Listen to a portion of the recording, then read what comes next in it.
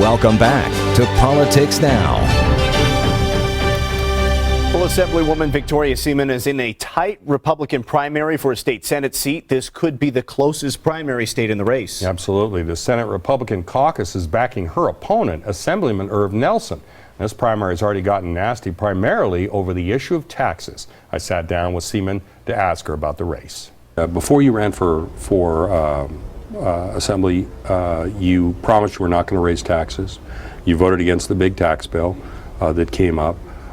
Why was it important for you to make that pledge to the voters that you weren't going to raise taxes? Because I felt that it was important to look for other solutions besides putting more taxes on the constituents. We just went through an economic downturn, and we absolutely, that was why I was voted in, to look for solutions rather than just raising taxes. Do you think there's ever a circumstance where it'd be appropriate to raise taxes, or is that just something you think is the last thing we ought to do? Well, I think it is one of the last things we ought to do, and I think there might be circumstances where you do have to raise taxes, but it shouldn't be your first solution. You did vote for a number of the bills that spent money, the pay bill for the state workers, the K-12 school funding bill, the Appropriations Act. Some of your colleagues voted against all of those bills. They said, listen, we're not going to vote for the spending because we know we're not going to vote for the taxes. So to be consistent, we're going to vote no on everything.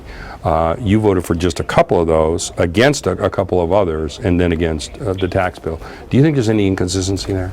No, I don't, because there were other solutions on revenue, and besides SB 43, which is the largest tax hike in Nevada state history. And as you know, 80% of Nevadans voted that down. I know you agree with the tax, and I know I've read some stuff that you agree with the margins tax, but 80% of Nevadans did not. Yeah.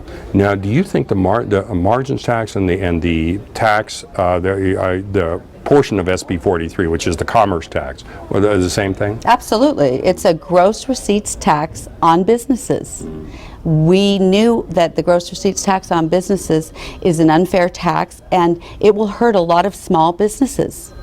Now, the argument against or rather in favor of the SB 43 was that it wasn't going to impact small businesses. You first have to get to $4 million, and then it only applies to revenue above $4 million. You could earn, say for example, $5 million. That last $1 million would be subject to the tax, but it would be about $1,000 in terms of the tax. Is that really something that's going to impact small business? Absolutely. A lot of businesses, who are we to say what is a small business? A business that could be grossing $4 million or $5 million could be making a net profit of $50,000. That's not the way you determine what a small business is or a large business, by their gross. It's by their net. It's just depending on the business. Some businesses cost more to do than other businesses. Sure. Yeah, and you don't think that the rates that are built into the SB 43 is enough protection for businesses? When every 2 years the legislature can change that? Absolutely not. There's already talk about next session coming in and lowering that floor to maybe 500,000 or $1 million. And then you're going to be constantly having to fight over which industry is going to pay more of a percentage. Yeah. This tax can change every 2 years. Now that it's been created, this is the first corporate tax in the state of Nevada. One of the arguments in favor of creating that tax was that we needed better education to have a more educated workforce, so that when businesses came to look at our state, they would say, okay, yeah, there's a workforce there that we can hire, and we can have them do high-tech jobs that tend to be higher paying. You obviously didn't buy that argument when it was made at the legislature. That did not persuade you. That's correct, because we know that throwing more money at education hasn't worked for many, many, many years. But some of the good work that we did in this session was the education savings accounts. I believe in the opportunity scholarships that I think were a way to a new way to try to improve education that wouldn't have cost the state anything, and in fact, in the long run, it would have saved the state money. I think that that's what the people voted us in. It was to find solutions, not keep doing the same thing over and over, throwing taxpayer money at something that just plain simply wasn't working. Yeah.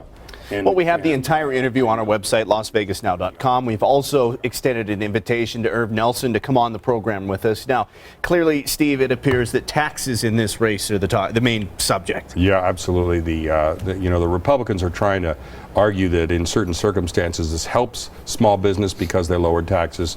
I don't know if the nuance is really going to work with the voters. Yeah, that's going to be to wait and see how that all comes through. Yeah, absolutely.